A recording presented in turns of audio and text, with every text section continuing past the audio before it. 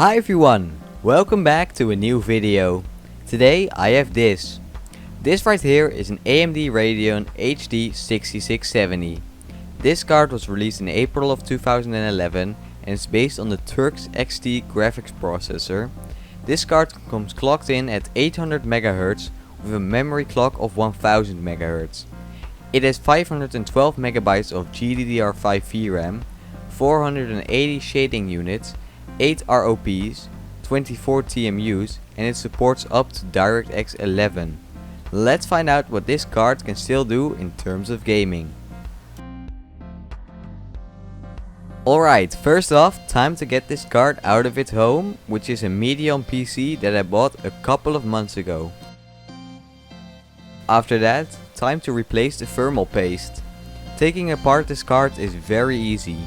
Just unscrew 4 screws and the heatsink and fan assembly comes right off.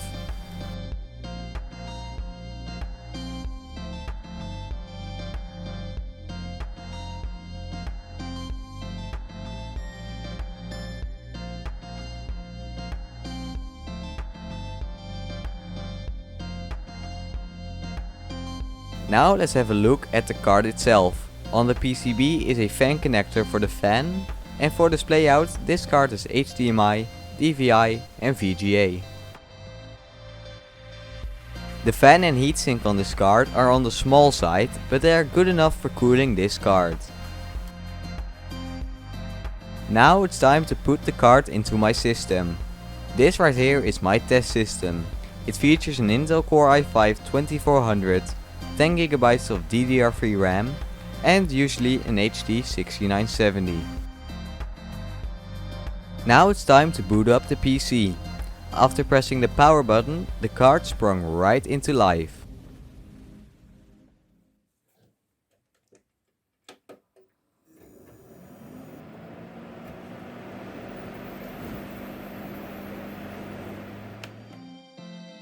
After that, it was time to install the drivers. I don't have footage for this due to the fact that the first recording software that I used lagged and I did not want to reinstall the drivers.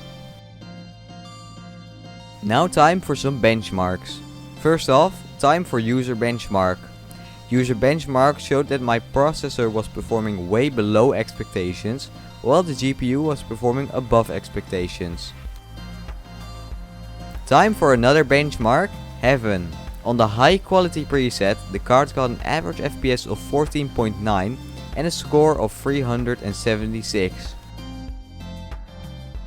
Now time for some games. With a mix of medium and high settings, with a render distance of 10 chunks, Minecraft got an average FPS of 115, with 1% lows of 22 FPS and 0.1% lows of 16 FPS. Minecraft is for sure playable. Time for Roblox. On the highest settings I got an average FPS of 37, with 1% lows of 24 FPS and 0.1% lows of 19 FPS.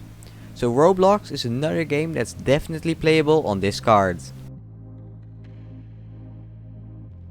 Freddy Fazbear's Pizzeria simulator was another game that ran absolutely fine, but that comes as no surprise. Ultimate Custom Night also ran fine and was perfectly playable. Time for some more demanding games. First off, Euro Truck Simulator 2. Using medium settings and 75% scaling, this game got an average FPS of 30, with 1% lows of 25 FPS and 0.1% lows of 13 FPS. So this is another game that I would recommend to play on this GPU. Bus Simulator 12 launched, but the black screen is the most that it would do. I'm probably going to stop including this game, since this game is very picky about what cards it will run on and which cards it won't, even if they are more than enough to handle this game. For a game that did run well, CSGO. On the lowest settings I got a max FPS of 186 in the benchmark, while in game I was usually hovering around 60 to 80 FPS. Time for one of my favorite games, BeamNG Drive.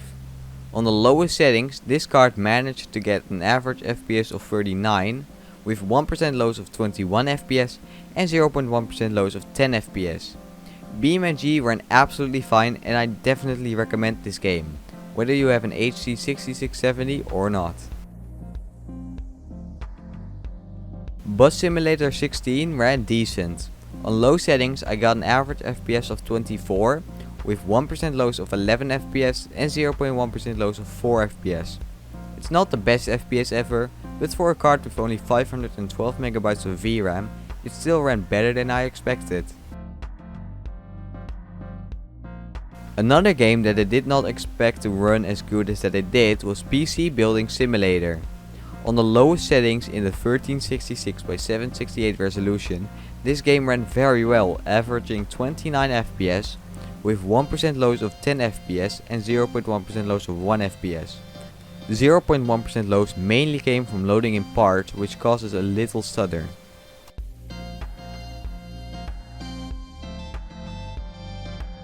Another game that I did not expect to run as well as that it did was Fortnite. On the lowest settings with a 3D resolution of 50%, I got an average FPS of 43, with 1% lows of 7 FPS and 0.1% lows of 1 FPS. Fortnite did show that my processor was actually bottlenecking the graphics card.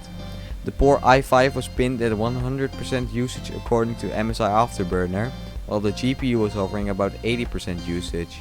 So if you use a better processor than my i5 2400, you could get some more higher FPS it looks like. And now it's time for GTA 5. On low settings in a resolution of 1280x720, this game got an average FPS of 25, with 1% lows of 16 FPS and 0.1% lows of 15 FPS. I mainly tested around the desert in GTA, but the FPS will drop to about 15 when you enter the city.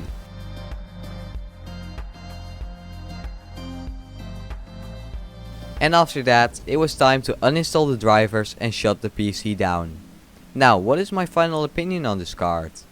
Well, in my opinion, this card is still suitable for use in 2021, and seeing what this card can still do in terms of gaming, I would say that for playing light games on a budget, this card is absolutely suitable for that. The version that I tested was an OEM card, which also had the lowest amount of VRAM. There are cards with 1 GB of VRAM and some even have 2 GB of VRAM, and I would expect these cards to perform even better. But even for the card that this one is, it's still very much usable in 2021.